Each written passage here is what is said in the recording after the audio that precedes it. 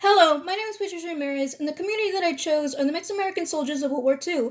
I chose this community because I want to know more about the role of Mexican Americans before the Civil Rights Movement and their role in world wars.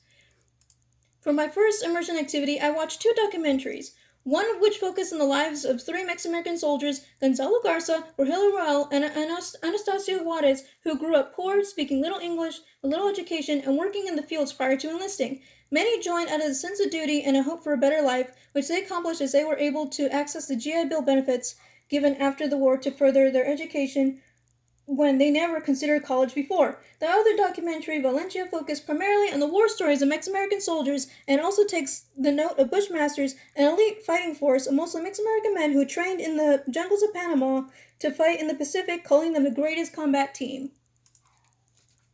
My second immersion activity was reading the nonfiction book Patriots from the Barrio, which follows Ramon, who is in the all-Mexican 141st Regiment of the 36th Texas Infantry Division. The book describes how Ramon was descended from Mexican immigrants who provided labor for the U.S. during World War I.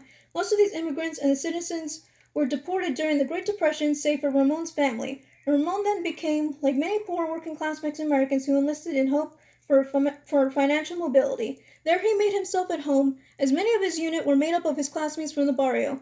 The book narrates from several perspectives of several battles, including the failure of Rapido River crossing, a battle in which many soldiers believed they were sent for slaughter unnecessarily. This is addressed again in the fiction book The Dark Side of the Dream, which is centered around young Miguel, who enlists in the 141st Regiment of the Texas Infantry Division. Miguel is also a youth from the barrio who fights in the Battle of the Rapido River. Just as he was dreaming of a military career, he is shot and wounded at the disastrous battle, being one of the 23 of 150 men who were outnumbered yet survived. Miguel returns home and receives a Medal of Honor, but after discovering the battle was pushed by his superiors, despite being outnumbered by 1,000 and undersupplied, simply to outdo a similar mission by the French. This information and the continuing discrimination of the U.S. leaves Miguel questioning the American dream. As they were fighting, there was much hope for change, as the prevalent image of the Mexican American was that of a hoodlum. They faced much discrimination at home, with the Sleeping Lagoon incident in which the police wrongly arrested 600 men from the barrio. In 1943, the 10-day Zoot Suit riots had 1,000 sailors searching and beating Mexican American youth to the point LA closed itself for military men. In spite of the stereotypes, Mexican Americans contributed much to World War II. From the 2.7 million in the U.S., 700,000 served and 78% of Mexican American draft-age males served. Mexican Americans experienced high draft rates as they were not essential workers, despite this tight amendment exempting agricultural workers from the draft. Without a single bad report, Mexican Americans received 12 Congressional Medals of Honor, becoming the most decorated group from World War II.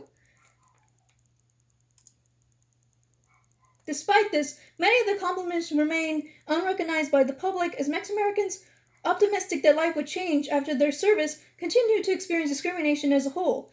They were rejected in restaurants, even in uniform. Decorated soldiers were denied burial on the basis of their Mexican descent. They were denied housing, and many were denied the GI Bill, to the point decorated World War II soldier Hector Garcia created the GI Forum to address these issues. History repeated itself, as just in World War I, the contributions of Mexican Americans was followed by the largest mass deportation campaign, Operation Wetback, deporting legal black-collar laborers brought by the U.S. and citizens, and leaving the Mexican American soldiers overlooked in their placement in American history. The community has experienced both patriotism, yet also discrimination and erasure, and it is important for us to remember the community that gave us much, the Mexican American soldiers of World War II.